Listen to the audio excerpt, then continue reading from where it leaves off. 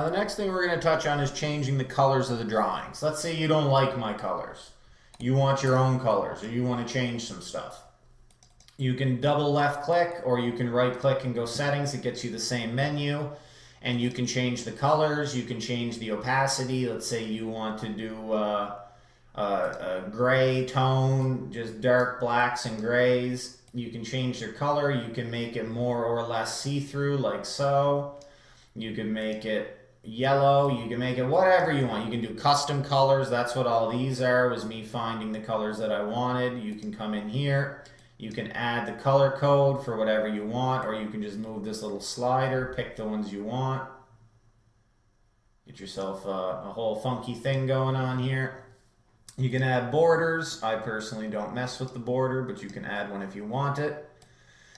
What else can you do? You can put a middle line, which will show you the 50% if that's something that you're into. Away you go.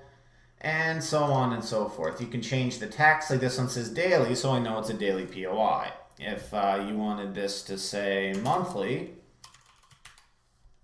and you wanted to spell it right, you would go like that. You can make it bold, you can make it italic, you can change the color, you can do whatever you want. All the stuff that you would assume you would be able to do to customize a POI, you can do. Then you can put your text on the top, you can put your text on the bottom, you can put your text inside, in the center, on the left, on the right, all of that good stuff. Now, I'm just going to load this back to my daily demand template, just like that, and that is how you load one if you want to use one, right? So let's say you want to draw yourself a daily POI. You click your little square here for your POI, your little rectangle. This little button here, it says templates, the 3 squares with the plus. You click this. These are all of my templates that I use for the rectangle. Now, we'll use one of the ones that we set. Test daily demand. Right there. Now, let's say I want to do a supply. Test daily supply. Let's say I just want to do something random. That's the outline I use for the homework charts. And so on and so forth, right? And that is how you use these assorted templates. You don't have to draw and then change it. You pick what you want, and then you select it and you go. Like if I take the long position, I put it here, you get a 1-to-1, and the stop loss is gargantuan. But if I click here and I go like this, I go my 5 pip and I lay it down, I get my 1-to-4 with a 5 pip stop loss, and I can go from there, right? I really only need 3.3, and my actual take profit is 8R away, whatever. That is the whole thing with the drawing tools, saving them, using them from the bar. That's how we change the colors in the texts. Now the other thing you can change is the time frames they show up on. Now, personally for me, I don't really like to see a daily POI when I'm on the 1 minute. I find it distracting when the whole screen is blue. So if I double click this, I go to visibility. Right now, this POI, which is a daily, is visible on the weekly, the monthly, the daily, the hourly. On the minute chart, it's only visible up to the 14-minute. So if I go on the 1 minute, you won't be able to see this. If I go out to the 15-minute, you will. Now, I can change this because we're on the 4-hour right now. If I go like that, it's gone. You can't see it on the hourly. It's back, it's gone. It's back, it's gone. It's back, it's gone. So that's how that whole thing works. If you want to not be able to see certain, like I don't want to see a 1 minute POI on my daily time frame. Now, this is here right now because it was drawn on this time frame. If I apply the one to the low time frame demand, it should disappear, but it didn't.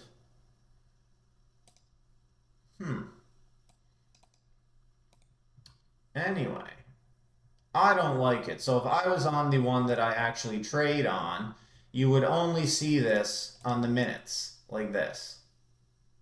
And then when I jump down to, say, the 15-minute, it would appear. Or anywhere below the 59-minute, really. But, oh yes, I had to change all these so that they would show up so that you guys would be able to duplicate them. That was the issue. So if you want to do these, you'll have to do that yourself. Now, let's say you saved all these from here and you saved this, you called it low time frame demand, and you don't want it like that. You would click, template, save as LPF. And now if I click this, it will save over the one that is already there, and it will save the new visibility settings. I'm not going to do that because it will save it for this, and the next person to click on this won't be able to get it. They won't be able to see it. They'll have to jump around through a million time frames. So that is how you do the assorted time frames for the assorted drawings. Speaking of time frames, as you see this bar up here, I likely have many more quick button time frames than you do, etc., etc. To add those, it's all about these little stars, right? Now, I don't need the 5 second anymore. I don't really need the 15 second anymore. I guess just an old habit. But, in fact, we'll just get rid of those. And they're gone. Now, if you want to use your base time frames here, or you want to make a specific one, you can go through, you can tick the boxes. 1, 2, 3, 4, 5, 10, 15, 30, 45, 1 hour, 4 hour, 8 hour, 12 hours, whatever. Now, if there's something here, like I don't believe 2, 3, or 4 were initially here. So you can set custom ones down here. Let's say I want the 7 minute. Add it. Now I have the 7 minute. Click the star, the 7 minute is now here. I don't really need the 7 minutes, so we're going to get rid of that. But that is how you set your little bar of time frames here, right? If I come down and click all these, they all go away. And I'm left with just my hours, my day, my months, whatever. Oh, I didn't mean to do that. There. And we'll go back to the 4 hours so everything is in focus. And that is how you set the time frames to the bar. Couple other cool things that come in handy. So if you're like this and you're looking at price and you want to snap it to fit everything that's on the screen within the top and the bottom, you can come here and click auto. Right click on the scale bar, click auto, or just double click it with the left. And now whatever is on the screen whatever here will fit whatever data to the screen. So as I scrunch it up, it will get smaller and smaller so that everything between here and here fits within the top and bottom bars. And as I lengthen it out, they will get bigger and bigger because it has less candles to squeeze in. Now, if you want that to go away because now you're scrolling around and it's doing dumb stuff, you just grab this for a second, give it a little wiggle, and now it's locked, right? I do what I do. It's no longer auto-fitting stuff. Back to auto. Now it's locked. One other one that I don't really recommend, but I've heard of some people using it, is if for some reason you are more comfortable taking sells than buys. Like for whatever reason, when you're looking at the charts, you're apprehensive to take buys. For whatever reason, I don't know what it is, but I've met people in my lifetime who say, I don't like taking buys. I always feel like price is too high and it can't go any higher, but I can take sells all day. You can come in here and click invert scale. Now we're looking at the same chart, only it is going down.